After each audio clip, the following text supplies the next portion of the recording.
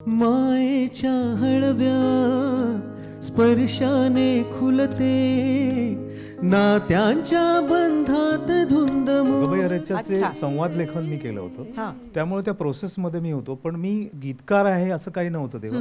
केदारचा phone आला मला, तो म्हणाला की आपल्याला तू मला तो अमुक अमुक वडाकडचा सीन आहे, आउटडोअरचा सीन आहे, तर तिथे आपण वडाची पौर्णिमा तो आपण करणार आहोत म्हणून. तर मी म्हटलं चालेल, आणि मग मी ते सीन लिहायला बसलो. तर सीन लिहिता लिहिता मला ते गाणं सापडलं, कारण सीनमध्ये एक कॉन्ट्रास्ट दाखवायचा होता.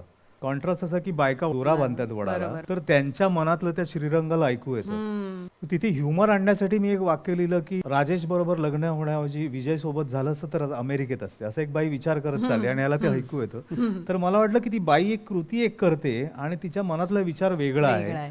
तर मग त्या थीम सॉन्ग, कारण ती चाल दिली होती त्यावर मला तो म्हणाला होता की थीम सॉन्ग करू आपण. तर ते काय असेल थीम सॉन्ग, तर तो म्हणाला मनातलं ऐकू येतं ना, मनावर काहीतरी त्या प्रकारचं काहीतरी कर. मग मी तो ट्रॅक प्ले केला. पहिलंच प्ले झालं तर ते डा डा डी डी डा डा डा डा डा डा डा डा असं होतं. तर मग का होते बेभान कसे गहिवरते, आणि मग तो कॉन्ट्रास्ट लिहित, मग कोण तर मन उधाण वाऱ्याचे, मग त्याचा कॉन्ट्रास्ट काय असेल तर गुज पावसाचा शब्द मला यासाठी सुचला. गुज म्हणजे गुपित, बरोबर. तर ते माणसाच्या मनासारखं की याच्या मनात नक्की काय ते कोणी सांगू शकत नाही, म्हणून तो गुज पावसाचे.